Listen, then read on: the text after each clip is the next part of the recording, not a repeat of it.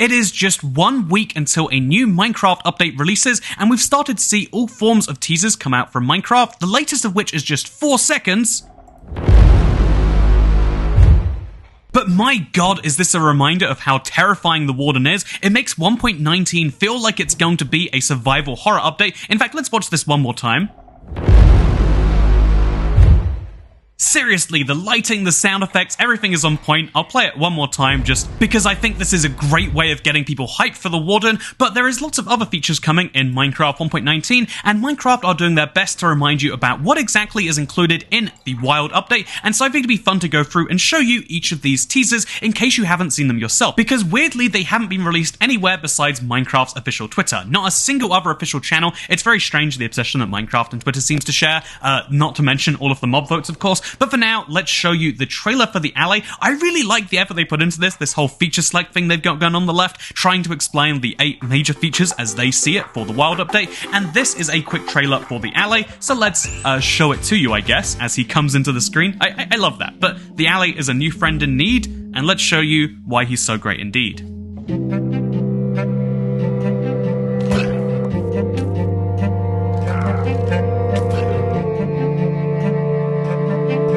Oh, they made that joke themselves.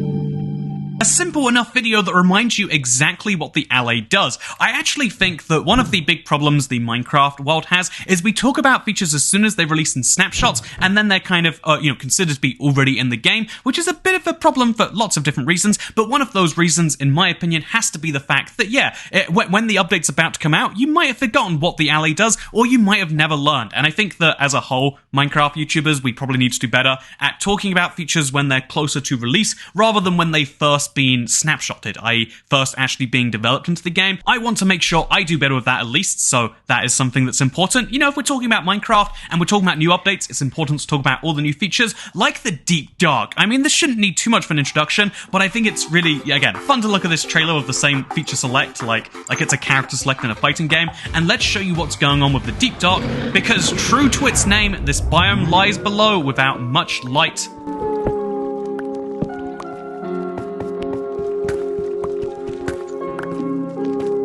Oh, they're playing the new music disc. I love this.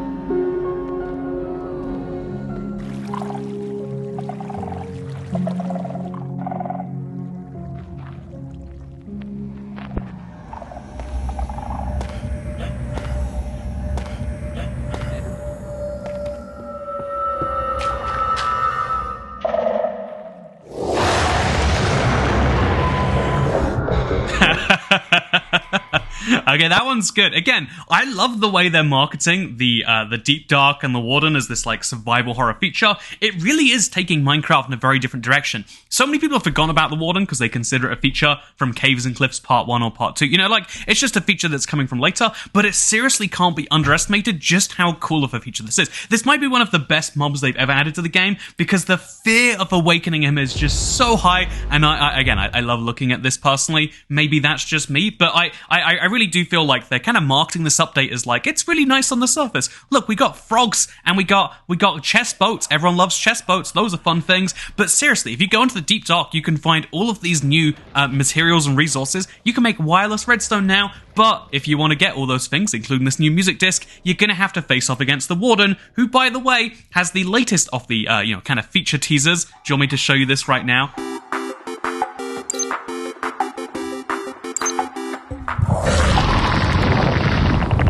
Didn't we warn you about triggering that sculpt trigger too many times? The answer is they did. Now you've awoken the denizen of the deep.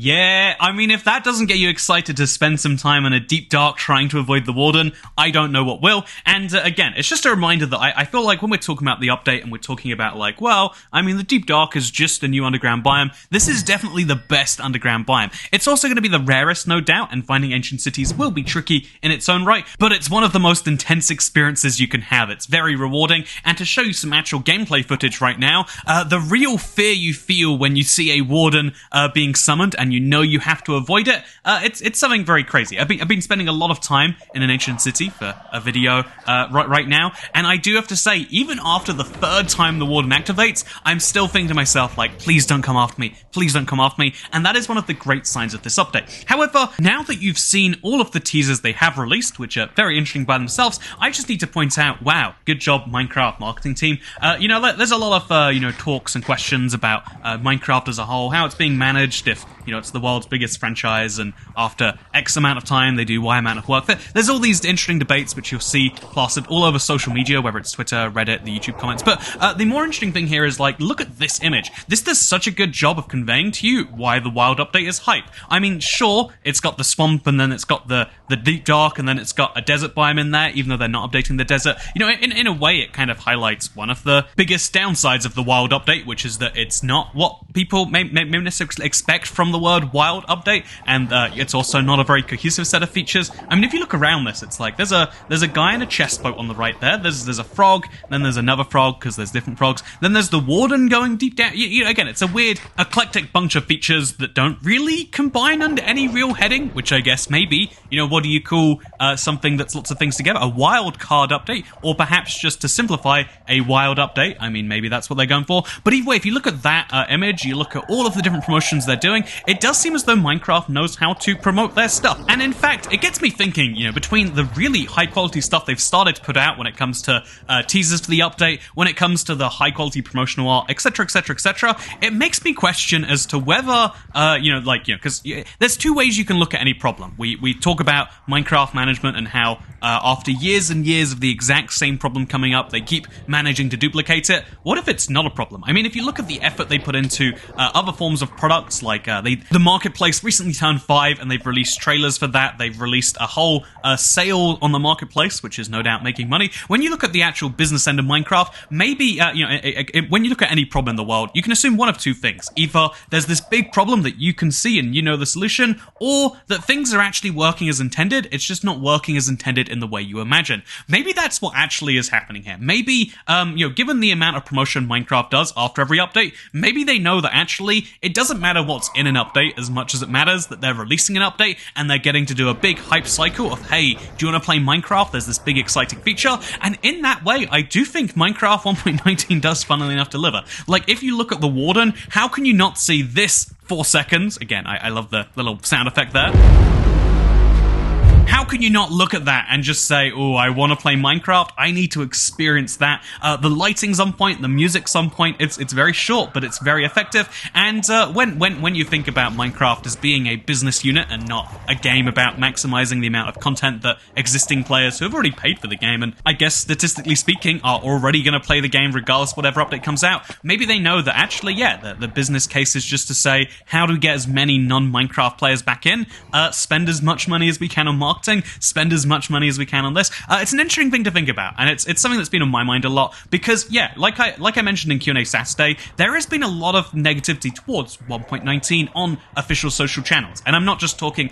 Sometimes I wonder if it's like an echo bubble, where if I make a video talking about something being cancelled, of course the only comments we're going to get are people saying this is the worst thing. But if you look at the official Reddit thread talking about 1.19 and pre-release 4, by the way, just came out. If you read that, the first comment is just like, yeah, the update feels disconnected. The features don't really feel connected, and in conclusion, the update was an okay update. That's the most upvoted thing. If you look at the YouTube comments, if you look at the Twitter comments, it's the same thing everywhere. And so there is this big kind of conclusion from existing players that like the update, yeah, it's fine. It's not the biggest thing ever. It's not the greatest thing ever. But maybe ultimately the real point of this update is to get as many new people hyped about Minecraft, new sales, new old players coming back in, maybe experiencing some of those other features. And yeah, it's something worth thinking about. I'd love to hear your thoughts on that.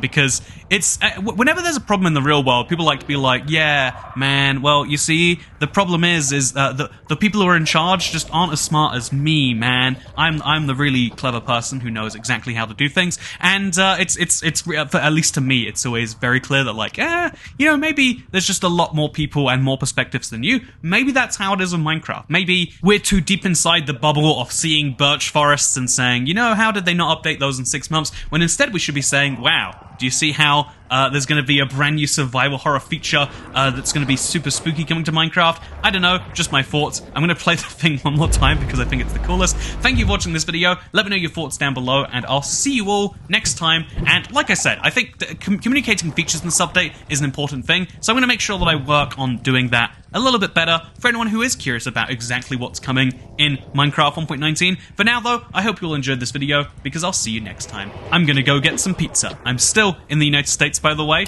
I actually recorded a Let's Play that was gonna be going out yesterday, but my internet's so bad that it's been taking 18 hours just to upload the file to Harrison so we can edit it. So, apologies about that. If you want to hear a little life update as to why I'm in the US and what's going on there, maybe you can hear it there. But for now, I'll see you next time. Bye.